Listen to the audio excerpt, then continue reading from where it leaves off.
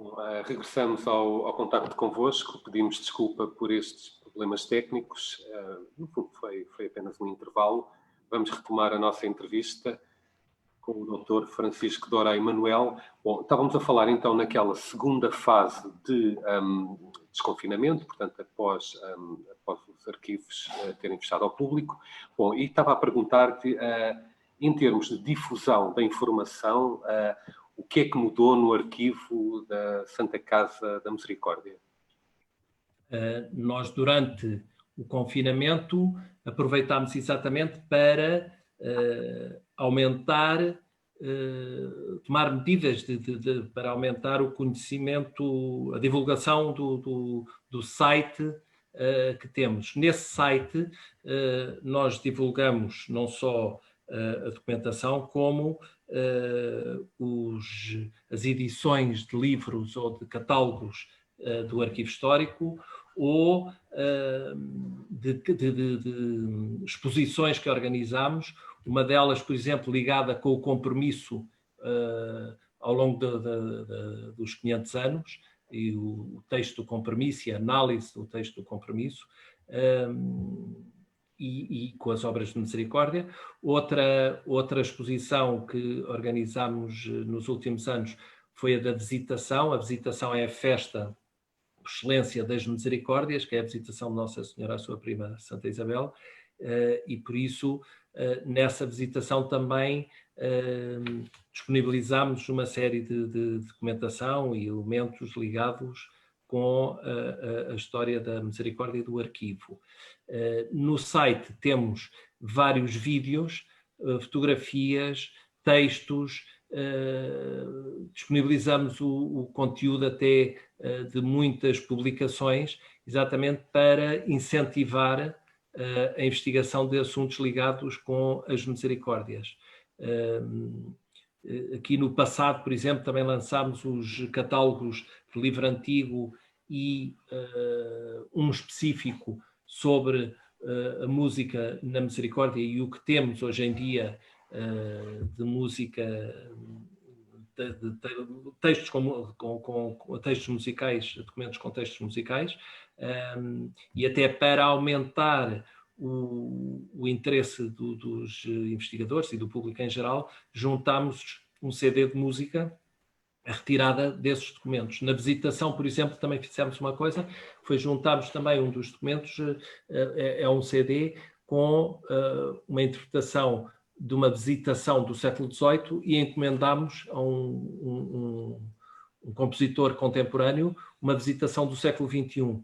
E por isso o contraste entre as duas visões, as duas leituras musicais, é interessante fazer-se.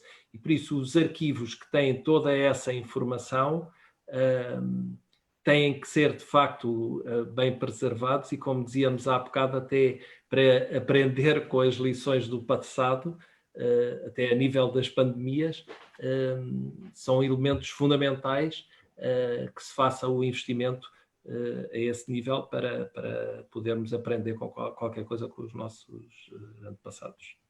E em termos de pedidos de utilizadores, portanto, desde a consulta de documentos, que por sua vez depois podem originar ou não reprodução de documentos, portanto, a partir de maio, com a progressiva reabertura, o que é que nos pode dizer sobre isso? Portanto, as coisas voltaram à normalidade, portanto, houve muitos pedidos, não houve, o número de utilizadores presenciais, os respectivos pedidos, o que é que nos pode dizer sobre isso? O número de utilizadores presenciais penso que reduziu, não é? De qualquer forma, como dizia há bocado também, temos tido muitos pedidos através do e-mail, não é? E tentamos, na medida do possível, responder, apesar de muitas vezes isso implicar uma investigação de vários livros e de séries complementares, que por vezes exige o investimento de tempo para essas respostas. Bem, na sua qualidade de diretor de um serviço de informação, portanto, já em jeito de balanço de tudo o que aconteceu a partir de meados de março, quais é que foram as maiores dificuldades, os maiores desafios com que se deparou? Olhando agora para trás, fazendo uma retrospectiva. Nós estamos a tentar resolver alguns problemas informáticos já antes da pandemia, porque nós temos descritos qualquer coisa como 315 mil, mais de 315 mil descrições de documentos históricos, e queríamos disponibilizar o maior número de elementos que tecnicamente têm havido aqui algum problema, mas penso que brevemente isso será resolvido e poderá, ou antes, passaremos a disponibilizar aos investigadores um manancial de informação gigantesco, não é? E que está muito dele inédito. E por isso a nossa grande preocupação é, de facto, preservar a documentação, descrevê-la e divulgá-la. E ao divulgar, o que nós pretendemos é que haja mais investigação relacionada com as misericórdias em geral, não é? E que são instituições, como tínhamos já dito, com mais de 500 anos de existência, muitas delas, e que têm tido um papel ímpar na história de Portugal. E lembro que passaram desde o regime absolutista, liberal, depois a República, o Estado Novo, a democracia, e têm sempre dado uma resposta muito eficaz, e é para isso que o compromisso refere, é exatamente para isso que estamos cá, não é? E daí também haver a tal ideia que as pessoas, por exemplo, quando solicitam dinheiro a outra, muitas vezes a resposta é: mas tu pensas que eu sou a Santa Casa, não é? Nós aqui, de facto, somos a Santa Casa e temos que ter capacidade para dar respostas, especialmente às pessoas mais carenciadas, em maior perigo, não é? E nota-se isso, essa necessidade e a resposta que a Misericórdia tem estado a dar. Bom, queria fazer-lhe uma última questão. Acha que tudo isto que tem acontecido desde meados de março até à atualidade, bom, seguramente que mudaram os arquivos, mas numa perspectiva estrutural, portanto, considerando a fase de transição que ainda estamos a viver e com algum receio do que aí possa haver, considerando tudo o que está a acontecer, todas as notícias que vemos, sobretudo em Lisboa, mas gostaria de perguntar se, portanto, todas as medidas que teve de implementar ao nível da difusão da informação, da organização do trabalho interno, a relação com o público, etc., portanto, o caso particular que falou do teletrabalho, portanto, acha que tudo isto vai ter implicações no futuro, no seu caso particular, do arquivo histórico? Portanto, acha que vai ter implicações, vai mudar a realidade do arquivo histórico, ou é apenas exatamente isto, portanto, uma fase de transição e que demora mais ou menos tempo a regressemos à tão desejada normalidade? Bom, este tremor de terra, de facto, criou uma reação profunda, não é? E quando digo tremor de terra, nós temos um trauma com os tremores de terra, porque ficámos sem edifício e sem arquivo, e por isso também, como dizia há pouco, uma das preocupações que nós tivemos e que a Mesa da Misericórdia teve foi exatamente constituir um edifício seguro para aí colocar o arquivo histórico, mas perante esta situação nova, com esta dimensão, porque ela já aconteceu várias pandemias ao longo da história, como sabemos, mas com esta dimensão mundial, de facto é a primeira vez. De qualquer forma, eu penso que há certos aspectos que não voltam atrás e que vão ser aproveitados, como o teletrabalho em certas áreas, como as videoconferências, como as preocupações maiores com os desperdícios, contra os desperdícios e a favor da defesa da natureza.